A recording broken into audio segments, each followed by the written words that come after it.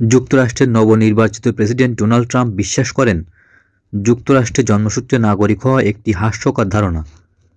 আগামী 20শে জানুয়ারি ক্ষমতা নেওয়ার পর তিনি এই নিয়ম বদলে ফেলতে চান। আর এটা করা হলে ট্রাম্পের আমলে আর কেউ জন্মসূত্রে যুক্তরাষ্ট্রের নাগরিক হতে পারবেন না। ট্রাম্প যদি সত্যি সত্যি জন্মসূত্রে নাগরিক হওয়ার জন্য প্রচলিত নিয়ম বাদ দিয়ে দেন, তাহলে যুক্তরাষ্ট্রের সংবিধানে 150 বছরের বেশি সময় ধরে চালু থাকা বিশেষ এই ব্যবস্থা বন্ধ হয়ে যাবে।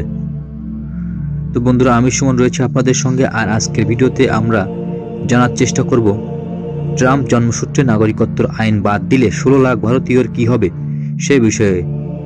তো বন্ধুরা, আমি ইউটিউবে নতুন কন্টেন্ট ক্রিয়েটর। তো আপনি যদি আমার চ্যানেলটি সাবস্ক্রাইব না করেন কিংবা সাপোর্ট না করেন, তাহলে অবশ্যই আমি আমার মোটিভেশন খুঁজে পাবো না।